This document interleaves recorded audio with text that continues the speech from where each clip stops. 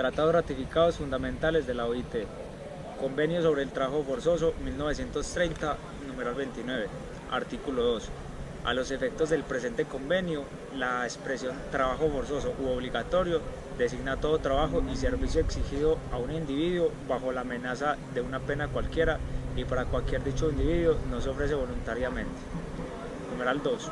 Sin embargo, a los efectos del presente convenio, la expresión trabajo forzoso y u obligatorio no comprende a. Cualquier trabajo o servicio que exija en virtud de las leyes sobre el servicio militar obligatorio que tenga de carácter permanente o militar. Convenio sobre la libertad sindical y la protección del derecho del sindicato, 1948, numeral 87. Parte 1, libertad sindical. Artículo 1. Todo miembro de la Organización Internacional del Trabajo para el cual esté en vigor del presente convenio se obligará a ponerla en práctica las disposiciones siguientes. Los trabajadores y empleadores, sin ninguna distinción y sin autorización previa, tienen el derecho de constituir las organizaciones que estimen los convenios, así como el de afiliarse a estas organizaciones con la sola condición de observar los estatutos de las mismas. Las organizaciones de trabajadores y de empleadores tienen el derecho de redactar sus estatutos y reglamentos administrativos, el de elegir libremente sus representantes, el de organizar su administración y sus actividades en el de formular su programa de acción. Protección del derecho de sindicación. Todo miembro de la Organización Internacional del Trabajo para el cual esté en vigor el presente convenio se ha obligado a adoptar las medidas necesarias y apropiadas para garantizar a los trabajadores y a los empleadores el libre ejercicio del derecho de sindicación. Parte 3. Disposiciones diversas. Artículo 12.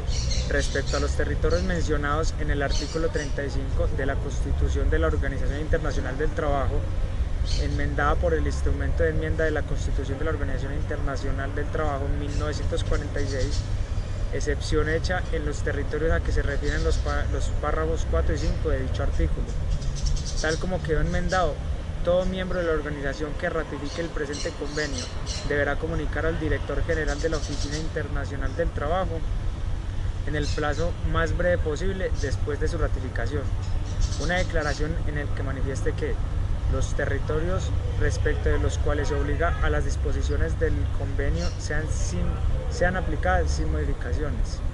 Los territorios respecto a los cuales se obliga a que las disposiciones del convenio sean aplicadas con modificaciones, junto con los detalles de dichas modificaciones. Los territorios respecto a los cuales es inaplicable el convenio y los motivos por los que es inaplicable. Los territorios respecto de los cuales reserva su decisión.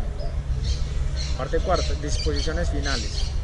Las ratificaciones formales del presente convenio serán comunicadas para su registro al director general de la Oficina Internacional del Trabajo.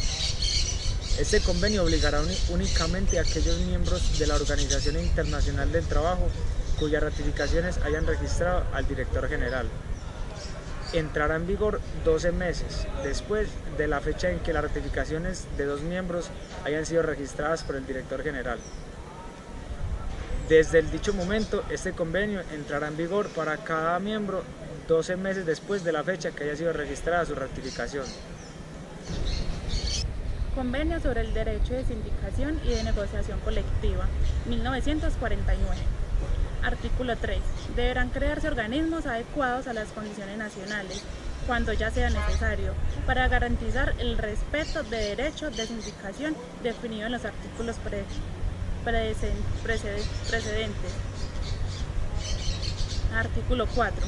Deberán adoptarse medidas adecuadas a las condiciones nacionales cuando ello sea necesario para estimular y fomentar entre los empleadores y organizaciones de empleadores, por una parte, y las organizaciones de trabajadores, por otra, el pleno desarrollo y uso de procedimientos de negociación voluntaria, con objeto de reglamentar, por medio de contratos colectivos, las condiciones de empleo. Convenio sobre igualdad de remuneración, 1951, número 100. Artículo 2. Todo miembro deberá, empleando medios adaptados a los métodos vigentes de fijación de tasas de remuneración, promover y, en la medida en que sea compatible con dichos métodos, garantizar la aplicación a todos los trabajadores de principio de igualdad de remuneración entre la mano de obra masculina y la mano de obra femenina por un trabajo de igual valor. Artículo 4.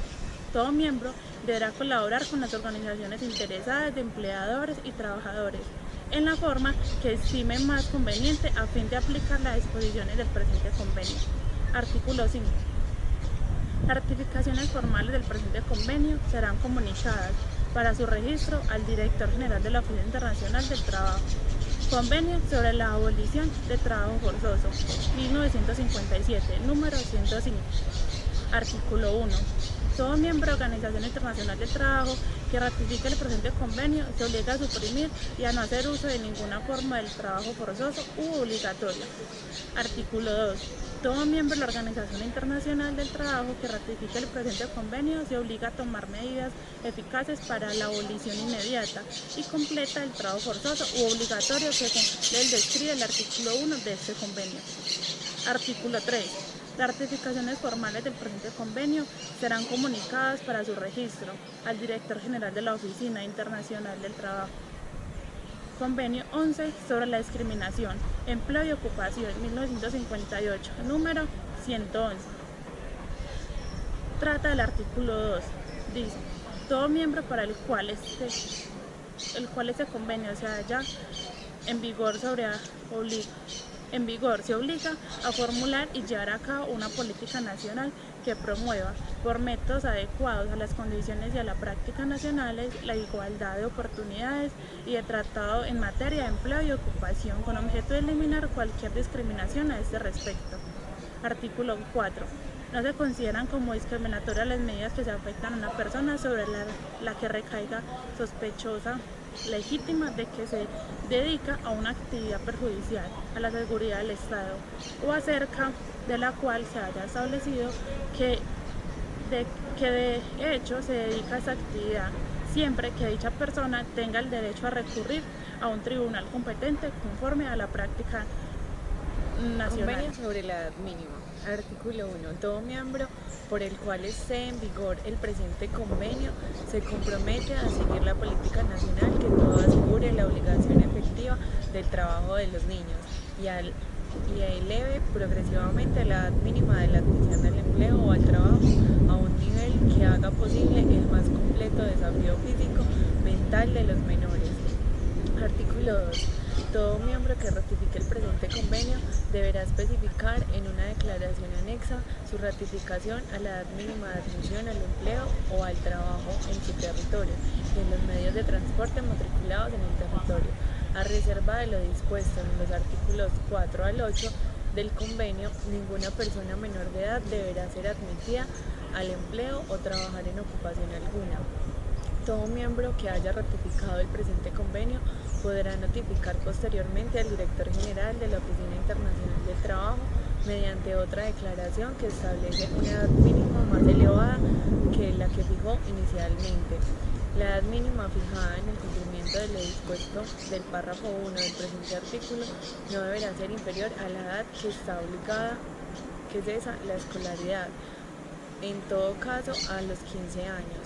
No obstante, las disposiciones del párrafo 3 de este artículo, el miembro cuya economía y medios de educación están insuficientemente desarrollados podrá previa consulta a las organizaciones de empleo y de trabajadores interesadas, si tales organizaciones existen, especificar inicialmente una edad mínima que será de 14 años. Cada miembro que haya especificado una edad mínima de 14 años con arreglo a las disposiciones de este párrafo precedente deberá declarar en las memorias que presente sobre la aplicación de este convenio en virtud del artículo 22 de la Constitución de la Organización Internacional del Trabajo, que aún subsistente las razones para tal especificación o que renuncia al derecho de seguir acogiéndose al párrafo 1 anterior a partir a la fecha determinada. Convenio sobre las peores formas del trabajo infantil de 1999. El artículo 1 Precede de todo medio que ratifique el presente convenio, deberá adoptar la medida inmediata y eficaz para conseguir la prohibición y la eliminación de las peores formas del trabajo infantil con carácter de urgencia. El artículo 2. A los efectos de este presente artículo, el término niño designa a toda persona que sea menor de 18 años. Artículo 3. A los efectos del presente convenio, la expresión las peores formas del trabajo infantil abarca a toda la forma de esclavitud o las prácticas análogas a la esclavitud, como a la venta y a la trata de niños, la servidumbre por deudas y la condición de siervo, y el trabajo forzoso o obligatorio incluido en el reclutamiento forzoso o obligatorio de niños para utilizarlos en conflictos armados, la utilización del reclutamiento o la oferta de niños para la prostitución, la producción de pornografía o actuaciones pornográficas. Vulneraciones a los derechos de los trabajadores en Colombia. En el ámbito laboral, al interior de las organizaciones, se presentan innumerables situaciones que lesionan la calidad de vida y las condiciones dignas de trabajo para miles de personas. Estas situaciones tan desagradables y complejas parten de varios factores, como los intereses particulares de la organización, el tipo de modelo gerencial o el clima y el ambiente laboral, los valores de la organización, el conocimiento y la ampliación de la norma de las políticas internas de la empresa, entre algunos otros. Dichos factores se ven potenciados por las difíciles y complejas relaciones dinámicas comerciales que se estén presentando en los mercados cada vez más salvajes y competitivos en todo el mundo, lo que impulsa a las empresas a ver su personal como un simple medio para poder alcanzar sus objetivos y no se les considere realmente importante. En la atención a la ley de Colombia no ha sido una excepción. Según el Foro Internacional de Derechos Humanos, multinacionales como Coca-Cola han cometido violaciones muy graves a los derechos de sus trabajadores. En una de sus publicaciones se refiere a lo siguiente: entre 1989 y 2008, 8 líderes sindicales de las plantas embotelladoras de Coca-Cola en Colombia fueron asesinados después de protestar las prácticas del trabajo en la empresa.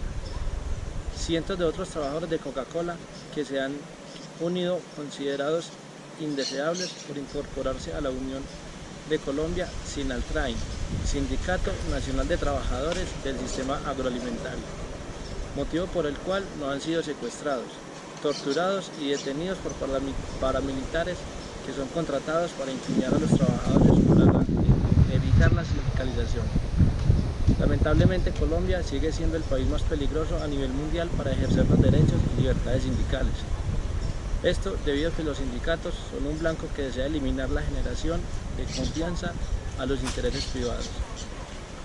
Por supuesto, en beneficio de las grandes multinacionales, empresas nacionales que tienen poder y consideran las acciones sindicales como una amenaza para operaciones. A nivel nacional, las condiciones laborales también han sido afectadas por reformas que han disminuido la calidad de vida y seguridad de los empleados, en tal caso como el cambio de horario de la jornada nocturna, el valor de las indemnizaciones y el despido por justa causa, de las cuales están reglamentadas en la Ley 789 de 2002, ya mencionada anteriormente. Los análisis en el ámbito internacional sobre las difíciles condiciones laborales que pasan muchos colombianos no son pocos. Encontramos que muestran los índices de asesinatos sindicales, amenazas de muerte, generación de clima por temor a eliminar la confianza de las personas en los derechos sindicales. Se analiza como violencia es ejercida frente a los trabajadores para depender de la disidencia y propicio de silencio, destruyendo el único mecanismo que proporciona a los trabajadores el control sobre condiciones laborales y económicas. También se describe el marco jurídico nacional de Colombia, la administración del derecho de trabajo, las instituciones laborales y el sistema de judicial laboral con respecto a cada uno de los derechos laborales. Otros documentos abordan los pocos avances, el tratamiento de las necesidades de los trabajadores y sus sindicatos, y se invita a un análisis más profundo de la situación de Estado de Derecho y los derechos laborales en Colombia, su impacto de la gestión pública y la regulación eficaz de la calidad.